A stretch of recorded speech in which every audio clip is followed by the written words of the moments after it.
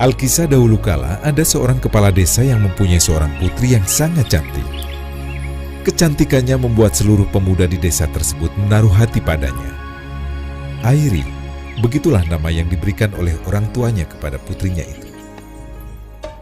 Dari sekian banyak pemuda yang menaruh hati padanya, Airi hanya terkesan oleh dua pemuda, yang satu bernama Brito dan lainnya Boti. Semangat dan ambisi dua pemuda inilah yang membuat Airi terkesan. Waktu berjalan dan musim pun berganti. Sampai pada suatu ketika bencana alam yang dahsyat melanda desa mereka. Gempa bumi yang dahsyat telah membuat desa mereka terbelah dua oleh sungai yang lebar dan dalam. Kepala desa dan keluarganya berada di sisi barat dari sungai, sedangkan dua pemuda Brito dan Boti tinggal di sisi timur sungai itu. Kedua pemuda itu pun akhirnya membuat rakit mereka masing-masing demi untuk menemui Airi. Tanpa disadari, rakit yang mereka buat ternyata menghasilkan sesuatu.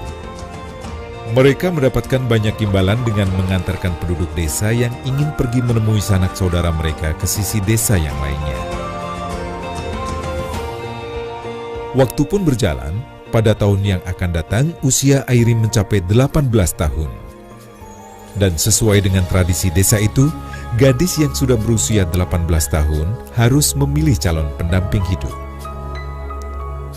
Gundah melanda hati Airi, karena sampai saat ini dia belum bisa memilih yang terbaik di antara Brito ataupun Boti. Melihat kegundahan hati putrinya, sang kepala desa pun akhirnya menetapkan sebuah sayembara. Demikian isi sayembara tersebut.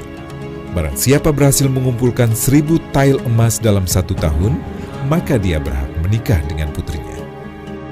1000 tail emas bukanlah jumlah yang sedikit pada masa itu.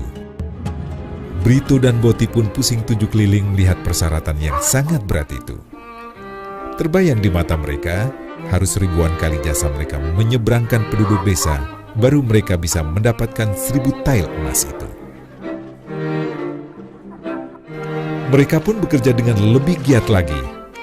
Mereka berlomba-lomba menyeberangkan lebih banyak penduduk desa demi mendapatkan 1000 tail emas itu. Hari berganti hari, mereka pun bertambah cerdik. Mereka sekarang bukan lagi membuat rakit, tetapi mereka membuat perahu yang dapat lebih banyak lagi menyeberangkan penduduk sehingga pendapatan mereka bertambah.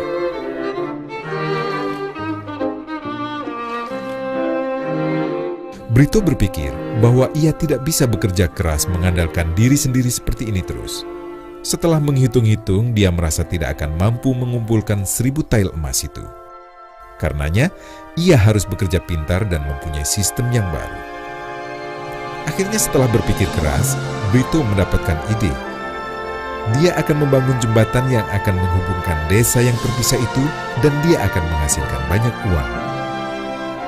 Brito percaya bahwa dengan idenya membangun jembatan itu, nantinya bukan hanya dapat mengumpulkan 1000 tael emas, tetapi ia juga tidak perlu mendayung perahu lagi untuk selamanya. Setelah berketetapan hati, akhirnya Brito membangun jembatan yang sudah digambarnya itu. Walaupun banyak mendapatkan ejekan dan tertawaan dari orang di sekitarnya yang beranggapan bahwa membangun jembatan adalah suatu ide gila yang tidak masuk akal, yang hanya membuang-buang waktu dan tidak menghasilkan uang. Sementara membangun jembatan, ia masih juga mendayung perahunya, karena dia tahu bahwa jembatan yang dibangunnya belum selesai dan belum menghasilkan pendapatan 1 sen pun. Jika siang ia menyeberangkan penduduk dengan perahu, dan pada waktu luang dan malam hari ia pun membangun jembatan impiannya. Sementara Boti sekarang menjadi bertambah penghasilannya dengan menyeberangkan penduduk desa. Dengan tenaganya yang besar, ia mampu lebih sering menyeberang sungai melampaui Brito. Penampilannya mulai berubah dan tiap hari ia berfoya-foya menghabiskan uang. Menjelang musim dingin tiba, Brito akhirnya berhasil menyelesaikan pekerjaannya membangun jembatan. Hari pembukaan jembatan pun tiba, penduduk desa mulai antusias dengan adanya jembatan baru ini. Harga yang ditetapkan untuk menyeberangi jembatan jauh lebih murah daripada menyeberang dengan perahu. Lagi pula, menyeberang dengan jembatan lebih aman ketimbang naik perahu yang berisiko tenggelam.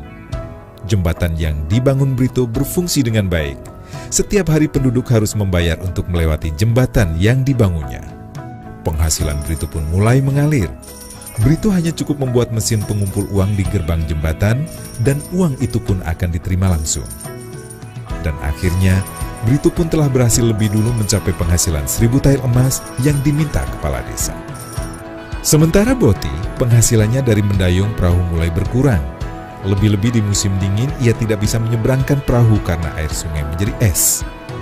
Penduduk lebih memilih untuk melewati jembatan yang dibangun oleh Brito, tidak berisiko tenggelam dan tidak licin oleh es. Badan Boti sendiri pun mulai tidak segar karena terlalu memaksakan diri bekerja. Sungguh kasihan Boti. Ia menukar seluruh waktunya dengan uang dan kini badannya lelah dan raut mukanya menjadi layu.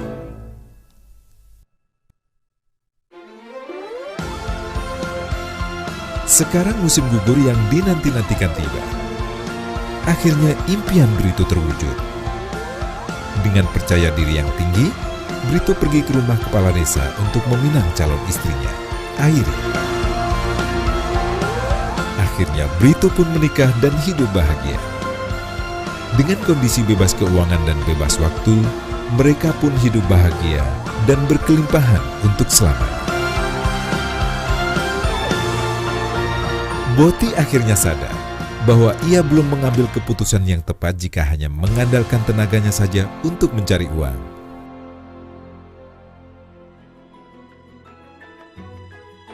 Setelah mendengar cerita tadi, Kamen pun berpikir dan menyadari bahwa apa yang dilakukannya selama ini sama seperti yang dilakukan oleh Boti.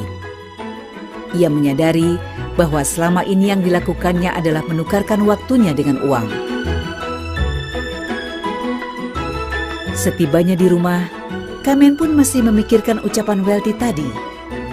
Ketika hendak tidur, akhirnya ia pun memutuskan untuk mengikuti saran Welty, yaitu mengambil langkah pintar seperti Brito.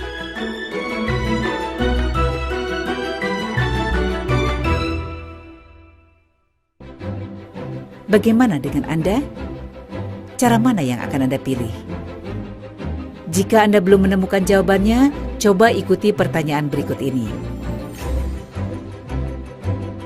Apakah Anda mempunyai penghasilan yang datang 24 jam dengan atau tanpa bekerja?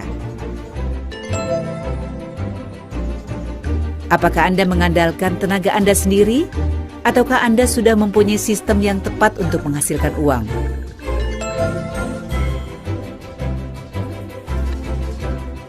Apakah income Anda tetap mengalir terus-menerus walaupun Anda sudah tidak ada? Apakah Anda bisa berhenti bekerja kapan saja Anda inginkan, tapi penghasilan Anda tidak berhenti? Bila Anda sekarang berhenti bekerja, apakah Anda bisa bertahan 1 tahun tanpa penghasilan?